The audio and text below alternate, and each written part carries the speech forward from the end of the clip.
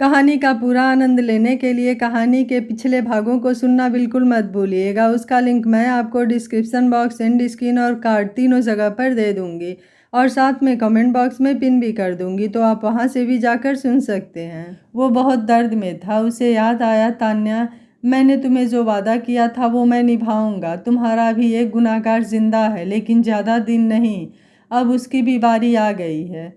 संजय आज भी घर पर नहीं था, वो अपने ऑफिस में ही सो गया। अगली सुबह तान्या की नींद खुली तो उसने मारिया को देखा। वो मारिया को देखकर बहुत खुश हुई। वो उसके लिए लाए गिफ्ट को मारिया को देती है। मारिया गिफ्ट पाकर बहुत खुश थी। तान्या ने संजय के लिए भी गिफ्ट लिया था। वो संजय के लिए वॉच लेकर आई थी। वो इसे खुद से ही संजय को देना चाहती थी। उधर राहुल भी तान्या से मिलने को बेताब हुआ जा रहा था। जब से उसे संजय ने सारी सच्चाई बताई थी और जब से उसे ये पता चला था कि वो आज भी उसकी फिक्र करती है, तब से ही वो तान्या से मिलना चाहता था। वो तान्या से माफ़ी मांगना चाहता था, उसे अपनी ज़िंदगी में वापस आने के लिए मनाना चाहता था।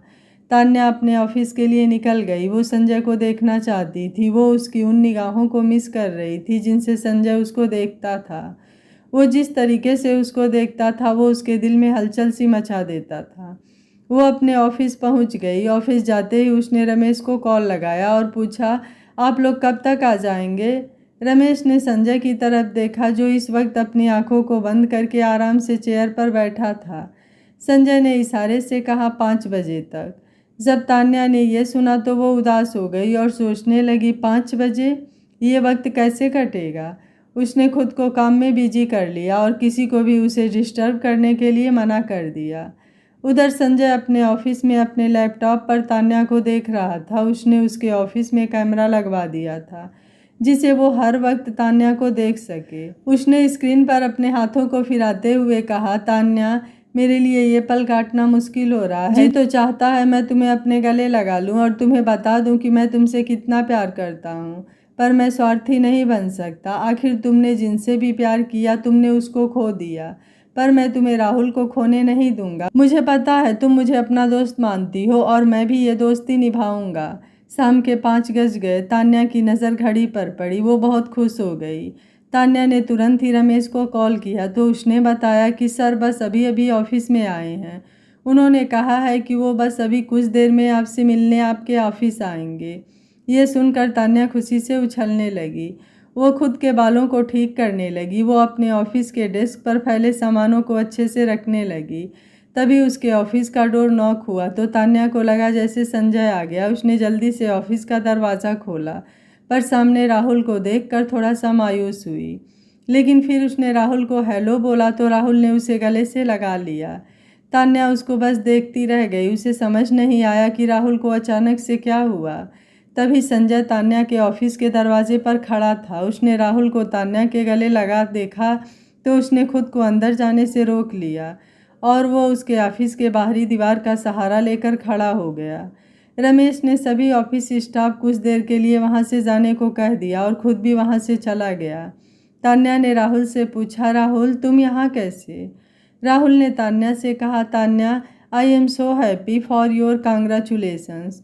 आखिर तुमने वो पा ही लिया जो तुम हमेशा से चाहती थी। मैं तुम्हारे लिए बहुत खुश हूँ। तान्या ने भी राहुल को थैंक यू कहा और पूछा कि क्या अब तुम मुझसे नाराज़ नहीं हो? राहुल ने तान्या की आंखों में देखते हुए कहा, तुमने ऐसा क्यों किया? तुमने मुझे बताया क्यों नहीं? बिना किसी गलती के तुम सब कुछ यूं ही चुपचाप सब सहती रही। मुझे माफ़ कर दो तनु, प्लीज़ मुझे माफ़ कर दो। मैं तुम्हारी माफ़ी के लायक नहीं, लेकिन क्या तुम मुझे माफ़ कर सकती हो? मैं अपने किए पर बहुत शर्मिंदा हूँ। ये बोलते हुए राहुल के आंखों से आंसू बहने लगते हैं। संजय सब कुछ सुन रहा था। उससे ये सब बर्दाश्त करना मुश्किल हो रहा था, लेकिन न जाने उसको किस बात की उम्मीद थी कि वो सारी बातें सब कुछ सहते हुए सुन रहा था। तान्या ने राहुल की तरफ मुस्कुराते हुए देखा और बोला, राहुल, तुम्हें माफ़ी मांगने की ज़रूरत नहीं है। इसमें तुम्हारी कोई गलती ही नहीं थी। तुमने तो मुझ पर हमेशा ही विश्वास किया। बस आखिरी बार मैं ही तुम्हें खुद पर विश्वास नहीं करा पाई। मेरे मन में तुम्हारे लिए कोई शिकायत नहीं है। तान्या की बात सुनकर राहुल फिर उसके गले लग जाता है और कहता है, थैंक यू सो मच तनु, मुझे माफ़ करने के लिए। तनु, तनु, क्या तुम मुझे एक और मौका दे सकती हो? क्या तुम वापस मेरे पास आ सकती हो? क्या तुम हमारे रिश्ते को एक और मौका दे सकती हो? ये बात सुनकर तान्या के चेहरे से मुस्कुराहट गायब हो जाती है और वो राहुल को हैरान नज़रों से देखती है और सोचती है कि अगर ये पहले की बात होती तो मैं खुशी से पागल हो जाती, लेकिन अब बात अलग है। इधर संजय ने जब तान्या की बात सुनी कि उसने राहुल को माफ़ कर दिया तो उसके दिल में एक दर्द सा उठने लगा। वो आगे उनकी बात सुनने लगा। राहुल की बात सुनकर उसकी सांसें रुक सी गई, उसको घुटन सी महसूस होने लगी। वो तान्या की बात आगे सुनने की हिम्मत न कर सका और बिना कुछ बोले ही वहाँ से चला गया। तान्या ने राहुल से कहा, नहीं राहुल, मैं ये नहीं कर सकती। मैंने जो तुमसे उस दिन कहा था वो सब सच था। मैं संजय से प्यार करने लगी हूँ। मुझे माफ़ कर दो, मेरा इंतज़ार मत करो। मैं इससे ज़्यादा तुमसे कुछ नहीं कह सकती। ये सुनकर राहुल का दिल टूट गया, लेकिन उसने तान्या से कहा, ठीक है, तो क्या हम फ्रेंड बने रह सकते हैं हमेशा के लिए? राहुल ने यह बात फीकी सी मुस्कान के साथ कही। तान्या ने भी हल्की सी मुस्कान के साथ हाँ कहा। राहुल ने आंखों में आंसू लिए अपना एक हाथ तान्या की तरफ बढ़ाया। तान्या ने भी भीगी पलकों के साथ राहुल की तरफ अपना हाथ बढ़ाया। दोनों एक दूसरे के आंखों में देखे जा रहे थे और मुस्कुरा रहे थे। राहुल ने अपने आंसुओं को रोकते हुए नीचे देखते हुए कहा, चलो अब मैं चलता हूँ। ये बोलकर राहुल ऑफिस से बाहर आ गया। उसकी आंखों से आंसू गिर रहे थे, लेकिन वो रुका नहीं और कंपनी से बाहर चला गया। अपने कार के पास खड़ा होकर उसने खुद से कहा, तान्या, मैंने तुम्हें खो दिया एक बार फिर से। ये बोलकर वो कार में बैठ गया और अपने घर की तरफ चल दिया। संजय तान्या के ऑफिस से निकलकर सीधे घर चला गया। कार ड्राइव करते वक्त वह रास्ते में सोच रहा था कि अब जितना भी वक्त तान्या के साथ मिला है उसके साथ वह बहुत खुशी से बिताएगा। अपनी ज़िंदगी में तान्या की जगह वह किसी को नहीं दे सकता था, इसलिए उसने सोच लिया था कि आज से वह तान्या के साथ बहुत खुश रहेगा, ताकि तान्या से डाइवोर्स के बाद उसकी यादें उसका सहारा बन सके। उसने मारिया को आज जल्दी छुट्टी दे दी। वो अपने कमरे में गया और उसने आराम से शावर लिया।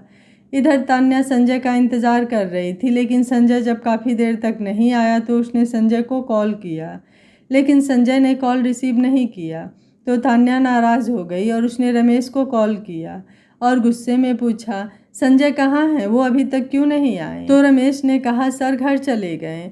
तान्या ने कॉल कट कर दिया और गुस्से से घर के लिए निकल गई। पूरे रास्ते बस वो गुस्से से अपना मुंह फुलाकर बैठी थी। वो घर पहुंची और बोली, ये संजय अपने आप को समझते क्या है? ये कोई महाराजा हैं जो सब लोग इनका इंतज़ार करेंगे। आज बताती हूँ मैं इनको। उसने दरवाज़ा भी नहीं खटखटाया और वो सीधा संजय के रूम में घुस गई। संजय ने बाथरोब पहन रखा था। उसने एक हाथ में टॉवेल पकड़ रखी थी जिससे वो अपने बालों को पोंछ रहा था।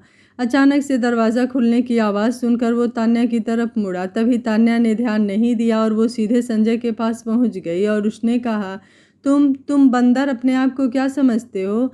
तुम्हें क्या लगता है सब लोग तुम्हारे आगे पीछे घूमते हैं? तुम क्या कहीं के महाराजा हो जो सब लोग तुम्हारा इंतज़ार करेंगे?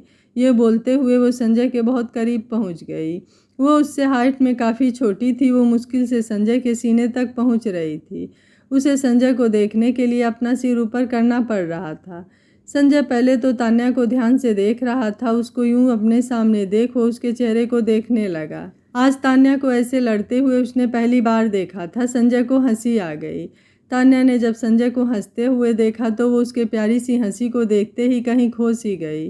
वो संजय से बोली, तुम हंस क्यों रहे हो? संजय ने हंसते हुए तान्या को देखा और थोड़ा सा झुकते हुए तान्या के चेहरे के करीब आया और बोला, तो आप मेरा इंतज़ार कर रही थी? तान्या थोड़ा सा घबराते हुए पीछे हुई और बोली, ऐसा कुछ नहीं है, वो तो मैं बस। संजय थोड़ा और पास आते हुए बोला, तो कैसा है मिस तान्या शेखावत, ज़रा बताएंगी आप मुझे? तान्या फिर थोड़ा पीछे हुई और बोली, वो तो रमेश ने बोला था कि आप 5 बजे मुझसे मिलने आएंगे, बस इसलिए। संजय मुस्कुराते हुए उसके और करीब आया। उसको तान्या को परेशान करने में मज़ा आ रहा था। वो उसके और पास गया और बोला, अच्छा ऐसा है क्या रमेश ने खुद कॉल करके आपको बोला था? तान्या फिर थोड़ा पीछे हुई। इस बार वो दीवार से टकरा गई तो वो सोचने लगी, ये आज संजय को क्या हुआ है? तान्या, तुझे भी ना खुद से पंगे लेने की आदत हो गई है, अब भुगत। वो थोड़ा सा घबराहट के साथ संजय को देखी और बोली, हाँ बिल्कुल, उन्होंने ही मुझे कॉल करके बताया था। इस बात पर वो तान्या की आंखों में देखते हुए बोला, तो अब आप झूठ भी बोलने लगी हैं? तान्या ने हैरानी से संजय की तरफ देखा और बोला, क्या आपको कैसे पता चला? संजय उसके रिएक्शन से खुद को हंसने से रोक नहीं पाया और वो हंसते हुए हल्का सा झुका और उसने तान्या के गालों को चूम लिया। तान्या तो वहीं जम गई। वो अपनी आंखें बड़ी बड़ी करके संजय की तरफ देखने लगी। उसके मुंह से तो आवाज़ ही नहीं निकल रही थी। संजय ने तान्या की आंखों में देखा और उसको देख वो हंसते हुए उससे दूर हट गया और कबोर्ड का दरवाज़ा खोलते हुए बोला, वो ऐसे क्यों कि मैं उस वक्त वहीं था। मैं तुमसे बहुत नाराज़ हूँ। तुमने मुझे क्यों नहीं कॉल किया? तुम हमेशा ही रमेश को ही कॉल करती हो। तान्या अभी भी सदमे में ही थी। उसने हल्के से अपने गालों को छुआ। उसके होठों पर एक हल्की सी मुस्कुराहट छा गई। वो संजय की बातों पर ध्यान नहीं दे रही थी। जब तान्या ने कुछ नहीं बोला तो वो थोड़ा सा तान्या की तरफ मुड़ा तो उसने तान्या को अपने हाथों को गाल पर रखे देखा तो उसने हंसते हुए कहा, ओ मैडम, कहाँ खो गई? तान्या को होश आया तो उसने जल्दी से अपना हाथ अपने गालों से हटाया और शर्माते हुए बोली, आप आए क्यों नहीं? संजय ने सोचा, ये क्या मुझे कभी तुम कभी आप कहती है। संजय ने अपने चेहरे को दूसरी तरफ कर लिया और बोला, मैं आया था लेकिन मैंने देखा कि राहुल तुम्हारे गले लगा हुआ था। मुझे लगा कि मुझे तुम्हें डिस्टर्ब नहीं करना चाहिए, इसलिए मैंने कुछ नहीं कहा। ये बोलते समय उसके चेहरे पर एक मायूसी थी। उसका चेहरा दूसरी तरफ होने की वजह से तान्या वो देख नहीं पाई। वो बात बदलते हुए बोली, अच्छा छोड़िए उन सब बातों को, ये बताइए कि आज आप क्या खाएंगे? मैं मारिया आंटी से कहकर बनवाती हूँ।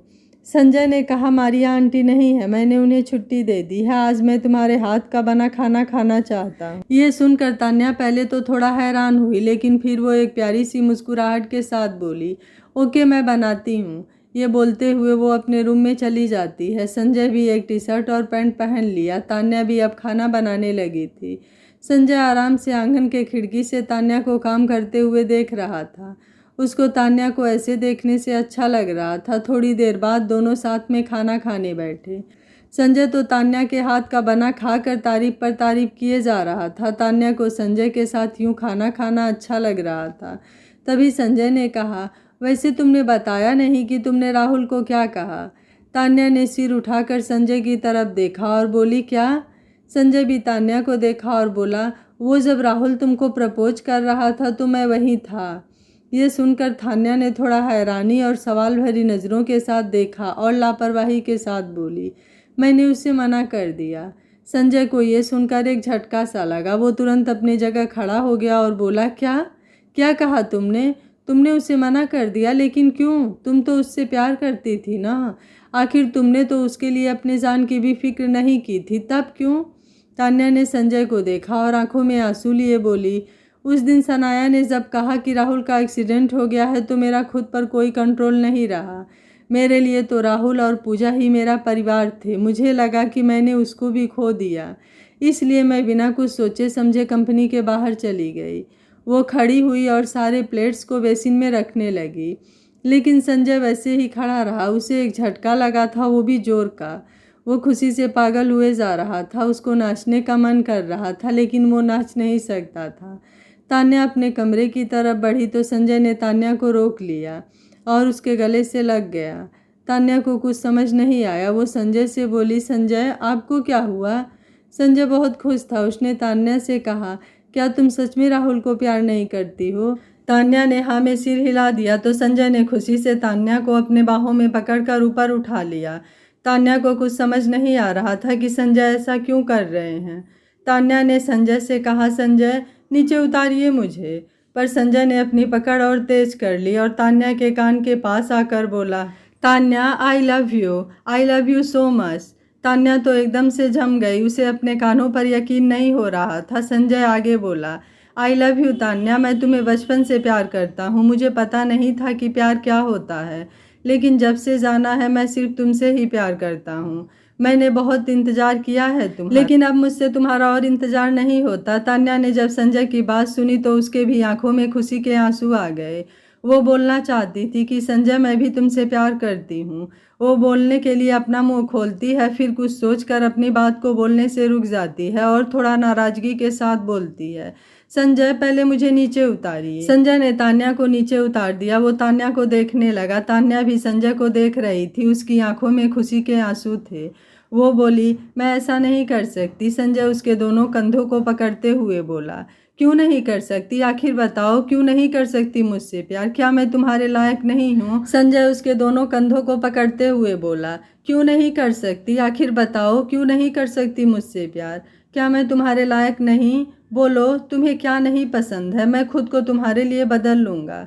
तान्या बोली, नहीं, आप में कोई कमी नहीं है। मैं आपसे तो क्या किसी से भी प्यार नहीं कर सकती। ये बोलकर वो अपने कमरे में जाने लगती है तो संजय गुस्से से उसके हाथ को पकड़ लेता है और उसको खींच लेता है और उसकी आंखों में देखते हुए कहता है, क्यों नहीं कर सकती तुम मुझसे प्यार? तुम झूठ बोल रही हो। तुम्हारी आंखों में तो मुझे मेरे लिए प्यार नज़र आ रहा है, तो फिर क्यों नहीं मान लेती कि तुम भी मुझसे प्यार करती हो?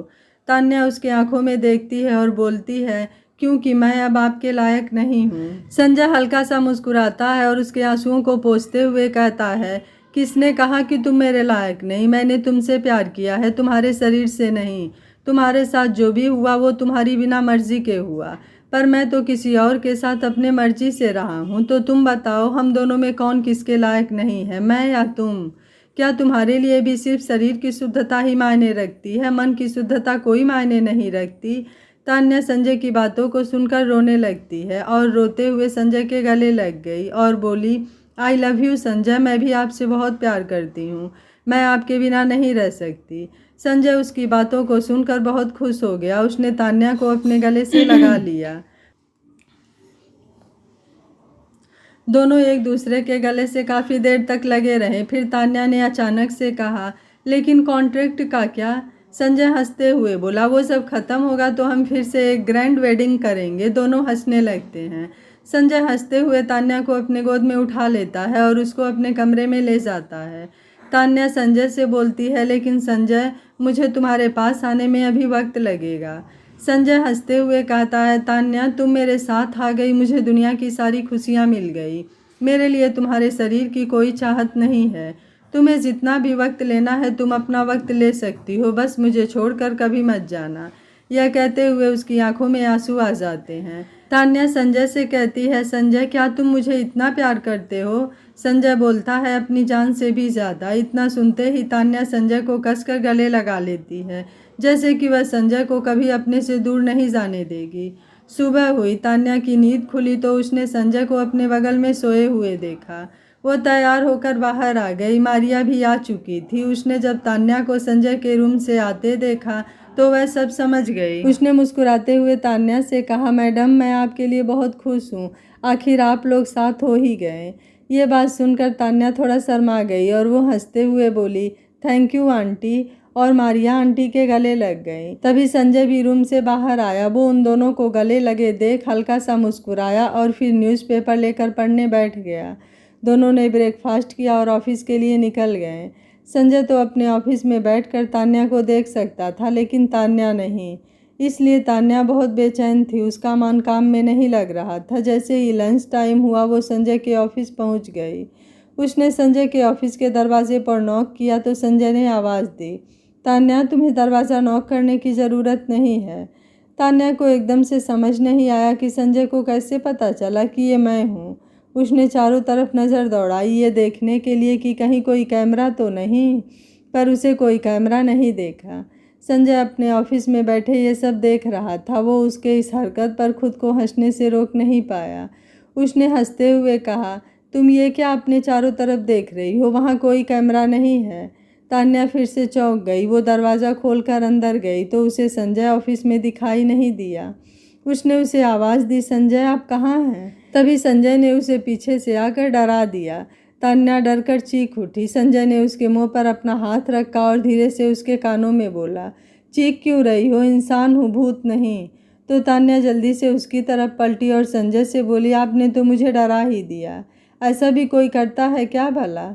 संजय ने उसको अपने गले से लगाया और बोला, ठीक है, अब नहीं करूँगा। क्या तुम मुझे मिस कर रही थी? तान्या ने भी छिपाया नहीं और बोली, हाँ, मैं आपको मिस कर रही थी। फिर दोनों एक दूसरे को देखकर मुस्कुराए। संजय ने तान्या से कहा, आओ, मैं तुमसे कुछ ज़रूरी बात करना चाहता हूँ। तान्या और संजय दोनों ऑफिस में रखे सोफे पर बैठ गए। संजय ने तान्या को एक फ़ाइल पकड़ाया और खुद आराम से बैठ गया। उसने रमेश से लंच ऑर्डर करवाया। तान्या उस फाइल को देख रही थी। तान्या ने जब फाइल पढ़ी तो उसने कहा, ये तो विजय सिंघानिया के कंपनी की डिटेल्स है। संजय ने धीरे से हाँ में सिर हिला दिया तो तान्या ने बोला, ये आपने मुझे क्यों दिया? संजय ने तान्या का एक हाथ अपने हाथों में लिया और उसके आंखों में देखते हुए बोला, क्योंकि अब उसका वक्त आ गया है, तुम्हें तैयार रहना होगा।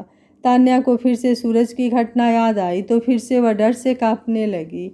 संजय को तान्या का कांपना समझ आ गया। उसने अपना एक हाथ उसके सिर पर रखा और खुद के करीब करते हुए बोला, मुझे पता है कि तुम डरी हुई हो, पर मुझ पर भरोसा रखो, इस बार कोई भी तुम्हें छू भी नहीं पाएगा।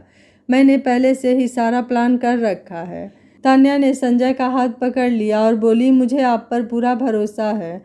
संजय ने कहा, ये आखिरी है, फिर कभी तुम्हें किसी से डरने की ज़रूरत नहीं पड़ेगी। तान्या ने अचानक से पूछा, लेकिन आपने ये सब किया कब? संजय थोड़ा मुस्कुराते हुए बोला, जब तुम इटली गई थी तब। मुझे तुम्हारी सेफ्टी की बहुत चिंता हुई, क्योंकि सूरज तो अब मर चुका है, लेकिन जब तक विजय सिंघानिया जिंदा है तब तक तुम्हारे ऊपर खतरा हमेशा बना रहेगा। उसने तुम्हारे पीछे बहुत से आदमियों को लगा रखा है। जब उसे पता चला कि तुम इटली अकेली गई हो तो उसने अपने कुछ आदमियों को भेजा था तुम्हें मारने के लिए, पर मैंने जो बॉडीगार्ड भेजे थे तुम्हारे लिए, उन्होंने उन लोगों को कामयाब नहीं होने दिया। तान्या ये सब आश्चर्य से सुन रही थी। वो बोली, क्या बॉडीगार्ड? पर मैंने तो किसी को नहीं देखा। इस पर संजय मुस्कुराया और बोला, उनकी यही तो खासियत है कि किसी को उनके होने का पता नहीं चलता। जब मुझे इस बात का पता चला तो मैंने विजय को ढूंढने की बहुत कोशिश की, लेकिन उसका पता नहीं चला। तो मैंने उसे बिल से बाहर निकालने के लिए उसके बिजनेस को अपना हथियार बनाया। मैंने उसके कंपनी के काफ़ी सारे शेयर खरीद लिए। उसने पहले से ही काफ़ी सारे लोन ले लिए हैं और अब उसके पास ज़्यादा पैसे नहीं हैं। जल्द ही बैंक अपने पैसे को वसूलने के लिए उसका घर नीलाम करेगी। बस तुम्हें उस घर को खरीदना है। तान्या संजय से पूछती है, क्या कहा? घर? पर हम उसका घर खरीद कर क्या करेंगे? संजय बोलता है, क्योंकि उसने तुम्हारा घर जलाया है, उसने तुमसे तुम्हारा घर छीना था। अब तुम्हारी बारी है उससे उसका घर छीन कर उसके गुरूर को मिट्टी में मिलाने की। और वैसे भी उसका जब आलीशान घर बिकेगा तब वो ज़रूर वहाँ पर आएगा, और जब वो ये जानेगा कि वो घर तुमने खरीदा है तो वो तुमको देखने के बाद कोई ना कोई बेवकूफ़ी ज़रूर करेगा। हमें बस उसी मौके की तलाश करना है। संजय, मुझे डर लग रहा है। ये बोलकर तान्या संजय के गले से लग जाती है। संजय तान्या से बोलता है, तुमको मुझ पर भरोसा है ना? तान्या संजय की आंखों में देखती है और हाँ में सिर हिला देती है। संजय उसके चेहरे को अपने हाथों में पकड़ता है। तभी रमेश डोर नॉक करता है और बोलता है, सर आपका लंच। संजय गुस्से से बोलता है, आ जाओ। रमेश सोचता है, अब मैंने क्या किया जो ये मुझ पर फिर से नाराज़ हो रहे हैं। लेकिन जब वो तान्या को संजय के ऑफिस में देखता है तो समझ जाता है। वो अंदर आता है और लंच रख कर चला जाता है। इस पूरे समय संजय की निगाहें उसको घूर रही थी। ऑफिस के बाहर निकलने पर रमेश एक लंबी सांस लेता है और बोलता है, आज तो बाल बाल बचे। दोनों लंच करते हैं और कुछ देर बात करने के बाद अपने अपने काम में लग जाते हैं। धीरे धीरे एक हफ्ता बीत गया। आज नीलामी का दिन था।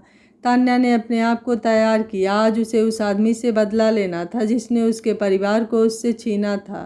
तान्या थोड़ी घबराई हुई थी। संजय से उसकी घबराहट छुपी नहीं रह सकी। उसने तान्या से कहा, तान्या तुम्हें कमज़ोर नहीं पड़ना है। अगर तुम कमज़ोर पड़ने लगी तो तुम याद करना उस वक्त को जब तुम्हारा घर तुम्हारे सामने जल रहा था। मुझे पता है ये तुम्हें बहुत तकलीफ़ देगा, लेकिन कभी कभी इंसान को गहरे से गहरे जख्म भी उस इंसान की बड़ी ताकत बन जाता है, और मैं तो तुम्हारे साथ हूँ ही। तान्या संजय के गले से लग जाती है और बोलती है, हाँ उसे भुगतना होगा जो भी उसने किया है। उसे उसकी सज़ा मैं देकर रहूँगी। वो मेरा गुनाहगार है। उसने अपने आँखों से आंसू पोंछे और बोली, चलिए चलते हैं। तान्या को इतने कॉन्फिडेंस में देखकर संजय को बहुत अच्छा लगा। वो हल्का सा मुस्कुरा दिया और उसने तान्या का हाथ थाम लिया और दोनों कार की तरफ चल दिए। नीलामी सिंघानिया हाउस के बाहर हो रही थी। वहाँ पर पहले से ही बड़े बड़े बिजनेसमैन बैठे हुए थे। तान्या और संजय की कार वहाँ पहुँची। उसने तान्या से कहा, यहाँ से अब तुम्हें अकेले ही जाना है। उसने उसे एक बॉक्स दिया और बोला, ये ट्रांसमीटर है, इसे तुम अपने कपड़ों में लगा लो। इससे जो भी वहाँ होगा मैं वो सब सुन सकूँगा और तुम पर अपनी पूरी नज़र रख सकूँगा। मेरे बॉडीगार्ड भी वहीं तुम्हारे आसपास रहेंगे, तुम्हें घबराने की कोई ज़रूरत नहीं है। तान्या ने संजय की तरफ देखा। संजय ने उसे अपने गले से लगा लिया और बोला, कुछ भी हो जाए तुम्हें घबराना नहीं है, मैं हर वक्त तुम्हारे साथ हूँ। ये बोलकर वो तान्या से दूर हुआ और तान्या भी कार से निकलकर सिंघानिया हाउस की तरफ बढ़ गई। तान्या ने आज वाइट कलर की ड्रेस पहन रखी थी, वो उससे बहुत ही खूबसूरत लग रही थी। उसके कॉन्फिडेंस ने उसकी खूबसूरती में चार चांद लगा दिया था। उसने अपने बालों को खोल रखा था, उसके एक एक कदम में उसका कॉन्फिडेंस छलक रहा था। जब वो हॉल में पहुंची तो सभी उसकी तरफ अपनी नज़रों को बड़ा बड़ा करके देख रहे थे।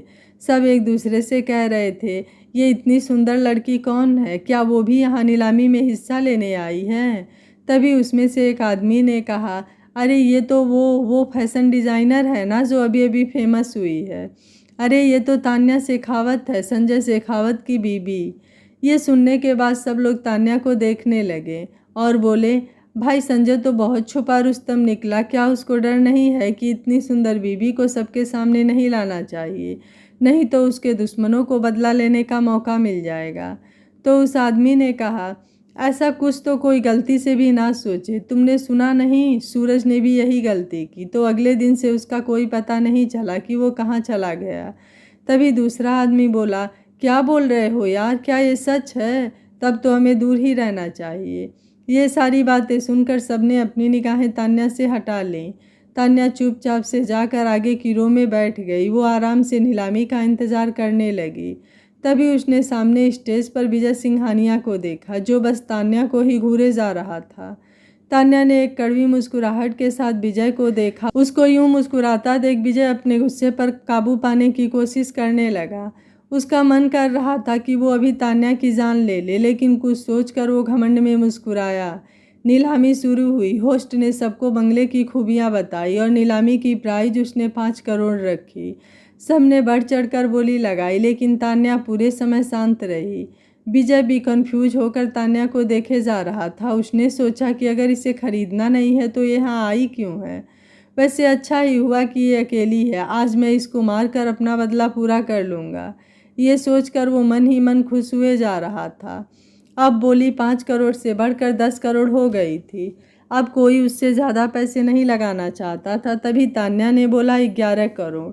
ये सुनकर सब तान्या की तरफ हैरानी भरे नज़रों के साथ देख रहे थे और तान्या विजय सिंघानिया को मुस्कुरा कर देखे जा रही थी। तभी बोली खत्म हुई और वो बंगला तान्या का हो गया। इस बात का विजय सिंघानिया को बहुत बुरा लगा। उसने तान्या को घूर कर देखा। होस्ट ने तान्या को स्टेज पर बुलाया और कहा कि आपको इस बंगले की चाबी इस घर के पुराने मालिक देंगे, ये उनकी गुजारिश है। तान्या ने भी मुस्कुराते हुए ओके में सिर हिला दिया।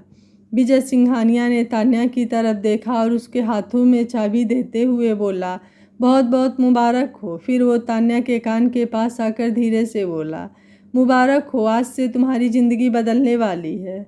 इस पर तान्या मुस्कुरा दी और बोली, मुझे आप बधाई मत दे, मैंने तो आपसे बस अपनी चीज़ वापस ली है।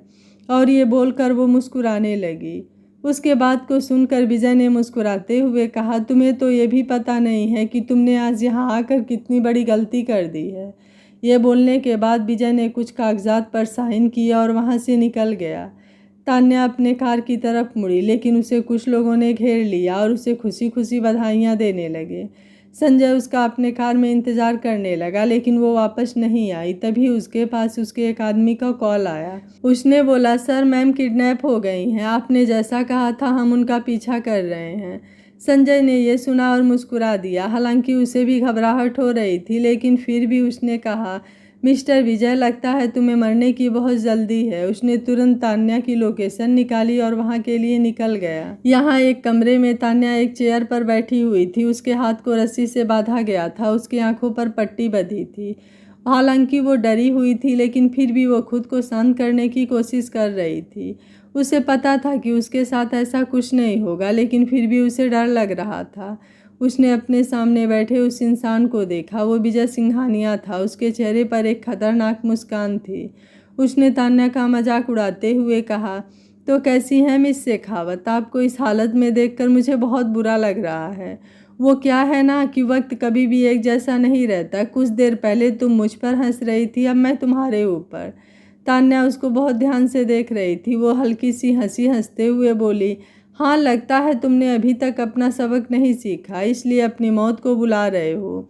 इस पर विजय जोर से हंसने लगा और बोला, क्या बात है लड़की, अभी तक तुम्हारी अक्ल ठिकाने नहीं आई है, इसलिए मौत के मुंह में खड़ी होकर भी मुझसे ज़बान लड़ाने की कोशिश कर रही है। तुझे क्या लगा तुझे संजय बचा लेगा? अरे उसे जब इस जगह का पता चलेगा तब ना, वो कभी सोच भी नहीं पाएगा कि मैंने तुम्हें शहर के बाहर इस अंडरग्राउंड पार्किंग में रखा है। और अगर पता चल भी गया तो वो यहाँ तक पहुँच नहीं पाएगा। यहाँ पर चप्पे चप्पे पर मैंने मौत का जाल बिछा रखा है, वो तुझ तक जिंदा नहीं पहुँचेगा। ये सोचकर विजय जोर जोर से हंसने लगा और बोला, मैं उसको कैसे भूल सकता हूँ, मुझे उससे भी तो अपना बदला लेना है। मैंने ये सारे जाल उसी के लिए तो बिछाए हैं। आज मैं तुम दोनों को मारकर अपना बदला पूरा करूँगा। ये सुनकर तान्या डर गई, पर उसने खुद को शांत दिखाते हुए उससे पूछा, क्यों, आखिर क्यों तुम मुझे मारना चाहते हो? तुमने मेरे परिवार को तो पहले ही मार दिया, मुझसे मेरा बचपन छीन लिया, मेरा परिवार मेरी आंखों के सामने जलकर राख हो गया। क्या मिला तुम्हें ये सब करके? विजय ने तपाक से नफरत भरे लहजे में कहा, शांति शांति मिली। वो अपनी जगह से उठकर तान्या की तरफ जाते हुए बोला, जब मैंने उनकी चीखें सुनी तो मुझे एक अजीब सा सुकून मिला। जब तुम्हारी माँ ने कॉलेज में सबके सामने मुझे थप्पड़ मारा और लोगों ने मेरा मजाक बनाया, उनकी आवाज़ें, उनकी वो हंसी मेरे कानों में गूंजती थी। मुझे हर पल वो थप्पड़ याद आता था। और वो तुम्हारा बुढ़ा दादा, उसने तो मेरी सबके सामने बेइज्जती की थी। जब मैंने उसको सीढ़ी से धकेला तो मेरे दिल को बहुत सुकून मिला। मैं ईसा को मारना नहीं चाहता था, लेकिन उसने मुझे नहीं, अपनी मौत को चुना। अच्छा ही है, अगर वो मेरी नहीं हो सकी तो उसे किसी के साथ भी खुश रहने का कोई हक नहीं था। और मुझे तुमसे बेइंतहा नफरत है। तुम उन दोनों के प्यार की निशानी हो और मैं उन दोनों की कोई भी निशानी नहीं रहने दे सकता। ये सुनकर तान्या के आंखों में आंसू निकल आए। उसने अपने गुस्से से भरे तेज आवाज़ में बोला, विजय सिंघानिया, तुम एक निहायत ही घटिया और गिरे हुए इंसान हो। अब मुझे तुम्हें अपने हाथों से मारकर ही शांति मिलेगी। इस बात पर विजय पागलों की तरह जोर जोर से हंसते हुए बोला, क्या तुम पागल हो जो अपने मौत के इतना करीब होकर भी मुझे मारने की सोच रही हो? तुम सच में बहुत बेवकूफ़ लड़की हो, लेकिन इस बार मैं तुमको ज़िंदा रखने की कोई गलती नहीं करूँगा। मैं तुमको भी ठीक वैसे ही मारूँगा जैसे मैंने तुम्हारे पूरे परिवार को मारा था। उसने अपने आदमियों को इशारा किया। उसके आदमियों ने तान्या के ऊपर पेट्रोल डालना शुरू कर दिया। तान्या बहुत डरी हुई थी, लेकिन उसने गुस्से भरे नज़रों से विजय को देखा। विजय तान्या को इतना शांत देखकर बोला, घबराओ मत, मैं तुम्हें इतनी आसानी से नहीं मारूंगा। पहले तुम्हारी आंखों के सामने तुम्हारे पति को मारूंगा, फिर मैं तुम्हें मुक्ति दूंगा। ये बोलकर वो जोर जोर से हंसने लगा। तान्या को अब सच में डर लगने लगा। वह मन ही मन भगवान से मनाने लगी कि संजय यहाँ ना आए। तभी बाहर उसे गोलियों की आवाज़ सुनाई देने लगी। विजय गोलियों की आवाज़ सुनकर बोला, लगता है वो आ गया, अब मज़ा आएगा। तान्या के दिल की धड़कनें बहुत तेज़ होने लगी। जैसे जैसे गोलियों की आवाज़ बढ़ रही थी, वैसे वैसे ही उसकी दिल की धड़कनें भी बढ़ती जा रही थी। लगभग आधे घंटे के बाद अचानक से सब शांत हो गया। तभी विजय का फ़ोन बजा। विजय ने हंसते हुए कहा, हाँ, उसको लेकर अंदर आओ। तभी सामने से कुछ आदमी संजय को अपने साथ लेकर आए। उन्होंने संजय के दोनों हाथों को पीछों की ओर बांध रखा था। उसके होठों से हल्का सा खून लगा था। उन्होंने उसको अंदर लाकर ज़मीन पर धक्का दे दिया। तान्या ने संजय को इस हालत में देखा तो उसके दिल में बहुत ज़ोरों का दर्द महसूस हुआ। उसने संजय को हमेशा अपना सर घमंड से उठाए देखा था। उसकी आंखों में हमेशा एक तरह का तेज होता था जो सामने वालों को उसके सामने झुकने पर मजबूर कर देता था। उसको इस हालत में देखकर तान्या के आंखों से आंसू निकलने लगे। उसने संजय को आवाज़ लगाया, संजय, मेरी तरफ देखिए, आपको यहाँ आने की क्या ज़रूरत थी? संजय ने अपनी नज़रें तान्या की तरफ घुमाई और बोला, तुम जहाँ भी जाओगी मैं तुम्हें ढूंढता हुआ तुम्हारे पीछे वहाँ आ जाऊँगा। फिर उसने एक हल्की सी मुस्कुराहट देते हुए तान्या की तरफ देखा। तान्या ने भी संजय की आंखों में देखा और उस वक्त उसको ये एहसास हुआ कि वो संजय से कितना प्यार करती है।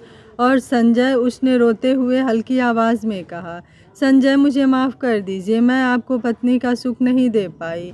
हो सके तो मुझे माफ़ कर दीजिए। ये बोलते हुए वो उस आदमी की तरफ देखने लगी जो संजय को अंदर लेकर आया था। वो उसको कुछ जाना पहचाना लगा। तान्या ने याद करने की कोशिश की कि उसने उसको कहाँ देखा था। उसे याद आया कि वो उसको इटली में उसके शो में देखी थी और आज सुबह सिंगानिया हाउस के बाहर।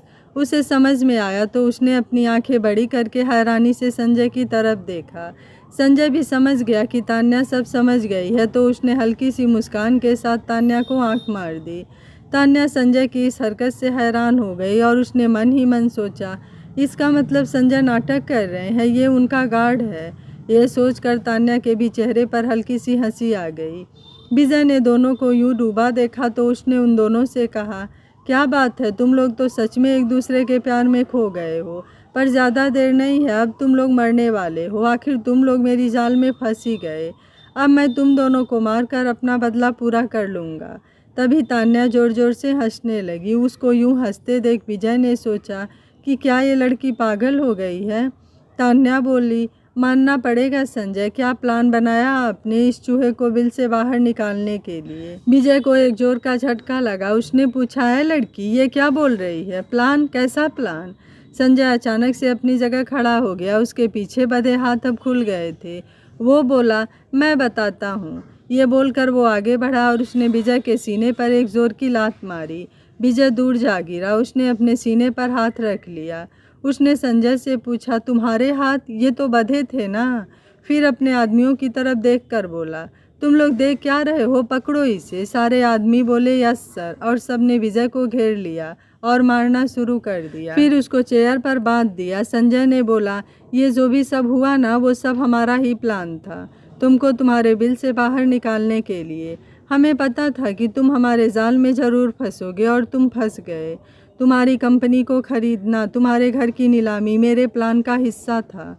तुमने सोचा भी कैसे कि तुम मेरे रहते तान्या को हाथ भी लगा सकते हो। तान्या को मैंने अपनी मर्जी से तुम्हें किडनैप करने दिया। मुझे नहीं लगा था कि तुम इतने बेवकूफ़ होगे। संजय तान्या की तरफ मुड़ा और उसने तान्या को आज़ाद किया और तान्या ने विजय के गालों पर एक के बाद एक कई थप्पड़ बरसाए। उसको ऐसा करते देख संजय को अपने दिल में तकलीफ़ महसूस हुई। उसने तान्या से कहा, तुम उसको कैसी सज़ा देना चाहती हो? तान्या बोली, वैसी ही जैसे ये मुझे मारना चाहता था और जैसे इसने मेरे परिवार को जलाया था। ये सुनते ही संजय के गार्ड्स ने विजय के ऊपर पेट्रोल डाल दिया। विजय अपने जान की भीख मांगने लगा, लेकिन सब दूर हट गए। तान्या ने लाइटर जलाने के लिए उठाया ही था कि संजय ने उसे रोक लिया। उसे याद आया कि तान्या के ऊपर भी पेट्रोल डाला गया है। उसने उसके हाथों से लाइटर लेकर खुद आग लगा दी। अब वहाँ सिर्फ विजय की चीखें सुनाई दे रही थी। तान्या उसको यूं जलते हुए देखे जा रही थी। संजय ने उसे अपने गले से लगा लिया और दोनों घर आ गए। रात हो गई थी। मारिया खाना बनाकर चली गई थी। तान्या आते ही नहाने बाथरूम में चली गई। वो काफ़ी देर तक नहाते रही। संजय उसका इंतज़ार कर रहा था। वो जानता था कि आज वो बहुत ज़्यादा तकलीफ़ में है। तान्या जब नहाकर बाहर निकली तो संजय ने उसे अपने गले से लगा लिया। तान्या भी संजय के पास आते ही ज़ोर ज़ोर से रोने लगी। संजय उसकी काफ़ी देर तक यूं ही अपने गले लगाए रखा। जब तान्या चुप हो गई तो उसने कहा, अब सब खत्म हो गया है, अब तुम आज़ादी की सांस ले सकती हो। आज से तुम अपना बीता हुआ कल भूल जाओ और आने वाली खुशियों पर ध्यान दो। और संजय मन ही मन सोचने लगा, मैं तुम्हें इतनी खुशियाँ दूंगा कि तुम अपने बीते हुए कल को कभी याद भी नहीं कर पाओगी। संजय क्या सच में तान्या को खुशियाँ दे पाएगा? क्या संजय और तान्या के दुश्मनों का अंत इनके खुशियों की शुरुआत है? आखिर किस कुंडली दोष के चलते संजय की दादी ने संजय की शादी तान्या से करवाई थी? क्या अब किस्मत संजय और तान्या को धोखा देगी? क्या कुंडली दोष की वजह से संजय और तान्या एक दूसरे से अलग हो जाएंगे? ऐसे और भी बहुत सारे सवालों का जवाब जानने के लिए सुनिए कहानी का अगला और अंतिम भाग। अगर आपको कहानी अच्छी लग रही हो तो वीडियो को लाइक, शेयर एंड चैनल को सब्सक्राइब कर लीजिएगा। Thank you for watching. मिलते हैं कहानी के अगले और अंतिम भाग में।